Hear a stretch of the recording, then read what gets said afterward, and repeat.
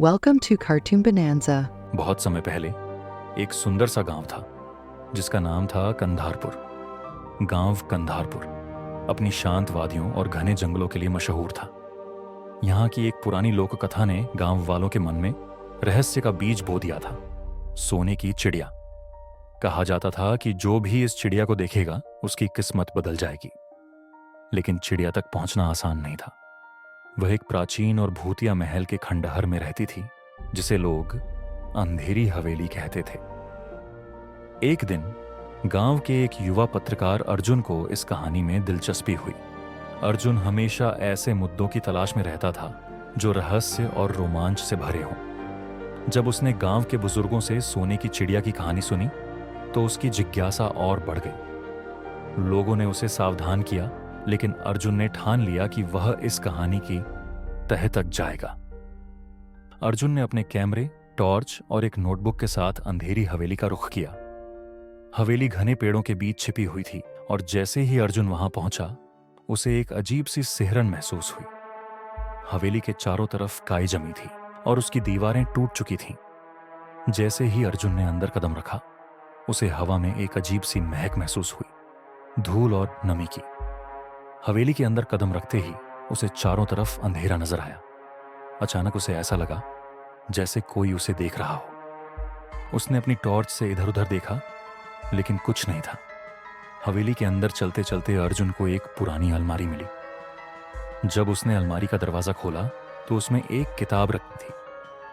किताब के पन्ने पीले पड़ चुके थे और उस पर किसी प्राचीन भाषा में कुछ लिखा था।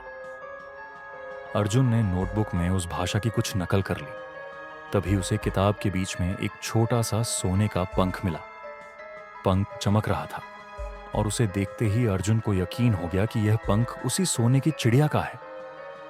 जैसे ही अर्जुन ने पंख को उठाया, हवेली के अंदर से अजीब अजीब आवाजें आने लगीं, जैसे कोई फुसफुसा रहा हो। अर्जुन ने तुरंत पंख अपनी जेब में रखा और बाहर निकलने की कोशिश की, लेकिन रास्ता खोजने में उसे दिक्कत होने लगी। हर दरवाजा बंद था। तभी उसे एक बड़ा सा दर्पण दिखाई दिया। वह दर्पण एकदम साफ था, जैसे कोई उसे रोज साफ करता हो। अर्जुन ने दर्पण में देखा तो खुद की परछाई के अलावा उसे एक बूढ़ी औरत नजर आई जो उसकी तरफ इशारा कर रही थी।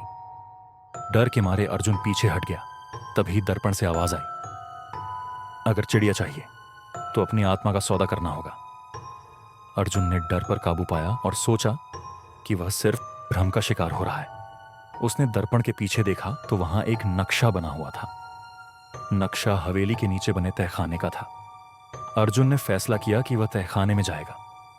तहखाने का दरवाजा खोलते ही ठंडी हवा का झोंका आया। सीढ़ियां नीचे जाती थीं और हर कदम के साथ अर्जुन का दिल जोर जोर से धड़कने लगा।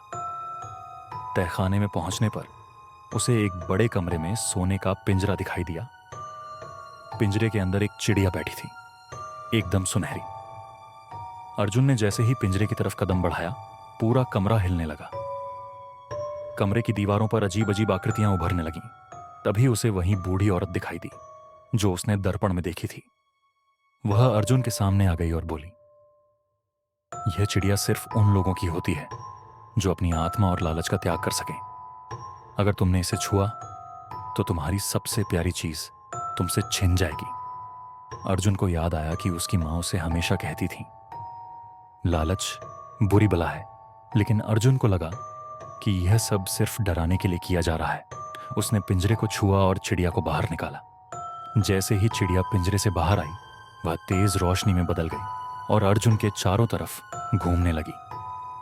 अर्जुन को लगा कि उसकी जीत हो गई, लेकिन तभी हवेली हिलने लगी। दीवारें गिरने लगीं और अर्जुन का शरीर धीरे धीरे मिटने लगा। चिड़िया ने तेज आवाज में कहा, तुमने चेतावनी को नजरअंदाज किया।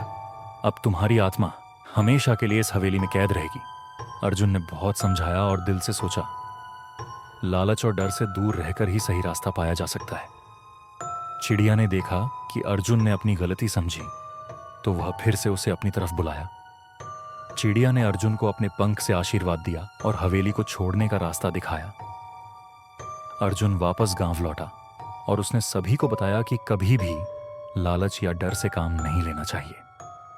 जो कुछ भी हमें मिलता है वह हमारी मेहनत और सही रास्ते से मिलता है। अर्जुन ने यह भी सीखा कि सोने की चिड़िया एक कहानी नहीं, बल्कि हमारी जिंदगी के रास्ते को समझाने के लिए थे।